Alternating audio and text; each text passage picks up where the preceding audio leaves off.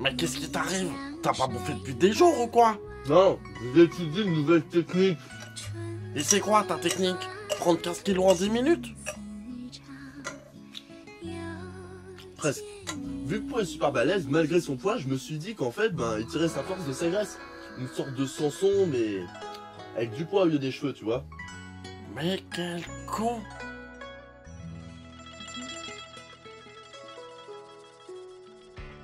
Bonjour, bonsoir à tous et bienvenue dans Conseil. Aujourd'hui, Kung Fu Panda 3.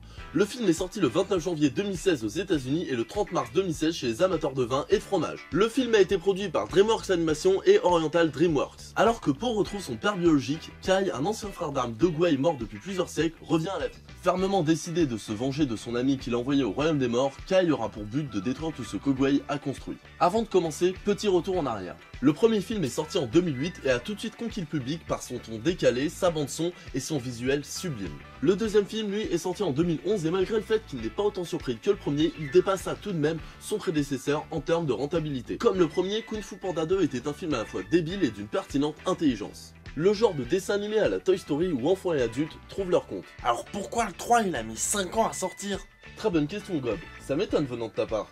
Eh bien, mis à part le fait qu'il est probable que DreamWorks n'ait pas voulu faire n'importe quoi avec sa licence, la grève des scénaristes à Hollywood ainsi que les problèmes de production interne à DreamWorks n'ont pas aidé. Et donc, que vaut ce troisième opus après 5 ans d'attente? Eh bien, malgré une légère baisse de qualité comparée aux deux autres, le film reste excellent. La musique et l'humour sont toujours au top et le visuel et l'esthétique générale, eux, sont encore plus beaux qu'avant. Au niveau des personnalités, il n'y a pas une grande évolution mis à part le prolongement de ce qui avait été fait dans les différents opus. Seul Po par la découverte de ses congénères sera un minimum développé mais sans que ça ait un réel impact sur son comportement. Et voilà, cette vidéo est terminée. Non mais t'es sérieux, espèce de trou de balle? Tu vas dire que ça? T'as raison, ça fait un peu léger. Après ma séance, j'ai beaucoup hésité à faire une vidéo sur ce film. Comme vous l'avez vu, il n'y a pas grand chose de plus à dire par rapport au précédent épisode de la saga. Mais après réflexion, je me suis rendu compte d'un truc. Un truc tout con. Un truc tellement débile que je me demande pourquoi je m'en suis pas rendu compte avant. Kung Fu Panda est en fait calqué sur Dragon Ball.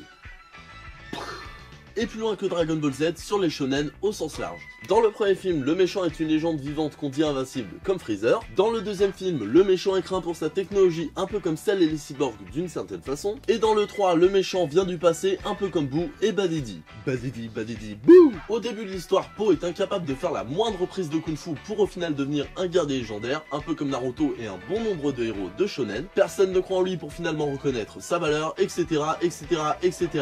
Même le fait que Po soit un gros morphal va dans ce sens. Hashtag Luffy, Naruto, Toriko, etc. Sacha, tous. Après, bien sûr, certains points de l'histoire ne sont pas spécifiques au shonen, comme le vieux maître qui va aider le héros. Ce sont des points typiques d'une histoire, comme l'a montré le héros aux 1000 visages. Mais il faut avouer qu'il y a quand même pas mal de points typiques du Neketsu. Et en partant de là, est-ce qu'on peut se dire que Kung Fu Panda est toujours aussi bon? Selon moi, oui.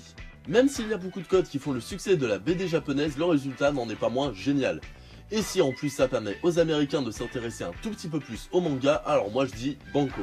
Pour conclure cette vidéo qui était plus une micro-thèse sur Kung Fu Panda dans sa globalité plutôt que sur le troisième opus, je vais quand même finir sur ce dernier. Et c'est sans surprise que je vous conseille Kung Fu Panda 3 en gardant quand même à l'esprit tout ce que je vous ai dit aujourd'hui. Et voilà, ce conseil est terminé, j'espère qu'il vous aura plu. Dans tous les cas, vous pouvez me laisser vos avis dans les commentaires. Vous pouvez aussi aimer, partager et vous abonner à la chaîne. Dans tous les cas, passez une bonne journée, /soirée, insérez votre espace-temps. Wata!